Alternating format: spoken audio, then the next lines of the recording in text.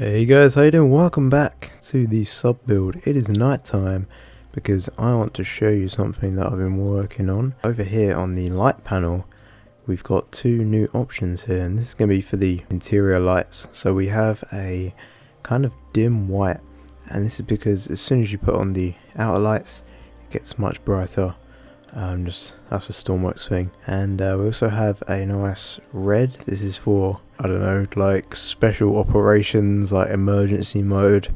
And we also have a new depth hold option here, and these are for the dive planes. Let's go back to day real quick, and we have the dive planes on here. Now I have them to my seat as well, so I can control them, the up and down keys. And we also have a option for the stationary depth hold, and you've seen that already. That's the propellers. But if we accelerate here, put it in cruise, and what we can do is get a target depth down, maybe 5, and then we'll just activate the depth hold. We're not on stationary mode, and you'll see that we naturally want to dive down, and we're not doing that right now. It's because we're not heavy enough. So I'm going to slow down again, and I'm going to bring you over to the pump screen here, and you notice we have this arrow here because we have a new page, and this is for the ballast. Okay, so I've put pumps inside the ballast tank. You'll see all the ports on the outside. Now I had some trouble with this, and it's not completed. It does like to tip over, and like the ports don't really get much water, especially those front ones. So we'll see if it works this time. There we go. And as you can see, we are filling up, and we do have the pressure display as well, and we're optimal right now. So we are pumping in at full speed, and it's actually pretty quick. And you'll see we'll start dipping down, and around about here we can actually start using our depth hold. So we'll speed up again. I'm planning on fully calibrating this with lines to indicate the different functions and whether you're actually heavy enough to use them with the ballast. So here we go, depth hold again, and there we go. Now we're diving, and we should automatically go down to our -5. There we go, leveling off. Cool.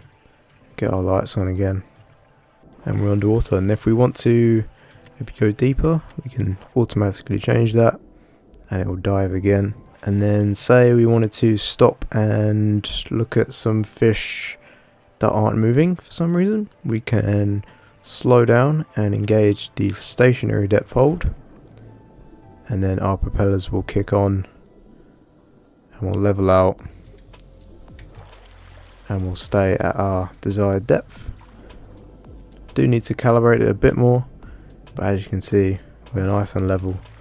And yeah, that's pretty much what's new. I haven't added drain pumps yet, but yeah, we're getting there. So today I have this seat back here, and this is going to be a operator seat.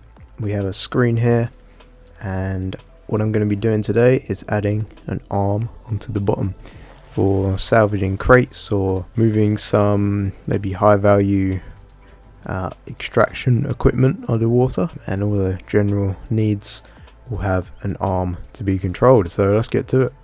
Right, so let's get building an arm. So we need this level of blocks to be completely flat, because this is our docking hatch, and if we have anything, then we won't be able to lock on and connect to things. So the arm's got to come out around this kind of level, and I want it at the front because then the pilot can operate and see it as well.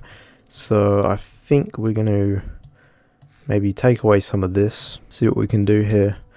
If these are okay, I think I'll use just a regular small one, because I don't want to go too large with this. What we'll do, seal that, and then yeah, we're going to have a lot of room here.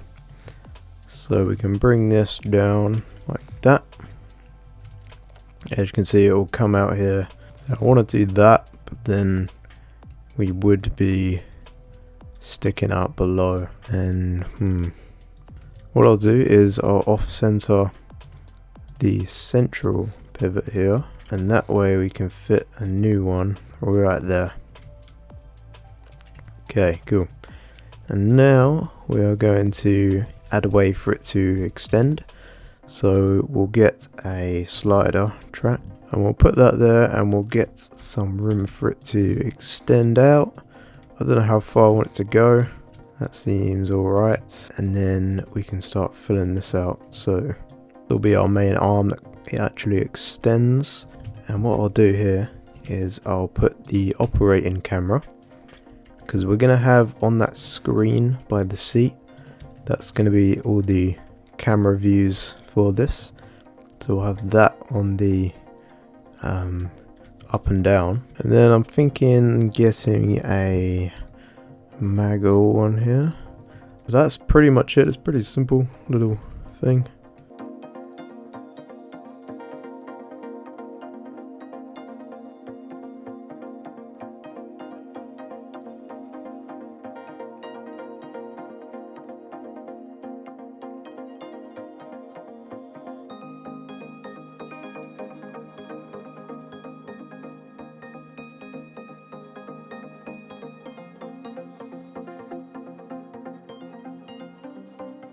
Alright, so I changed up the design a bit and did some calibration, and as you can see we have a nice little arm here, and that's the full range. And what we can do is kind of pivot it down and collect something that's on the seabed maybe, and just kind of retrieve it. Just gives a way for the sub to actually carry an object, and you might not be able to go out there and get yourself. So that's really cool to have. As you can see, we have the camera. Now this seat I'm going to have for this, but I'm also going to implement some other little functions on here, maybe the flares or something, I'm not sure yet. But yeah, we'll have this kind of the other secondary operator seat. I think it's pretty cool. Next up, I think I'm going to add in a way to control the docking hatch down here. There's actually no buttons or nothing to get it open or lock or anything, so I think we should do that. But while I'm doing that, you guys should think and comment down below, what should I name this sub, and what should I name the whole operation in general? I'm going to leave that to you guys because you're probably way more creative than I am. So down below, do hit me with some cool names and I'll pick the best one.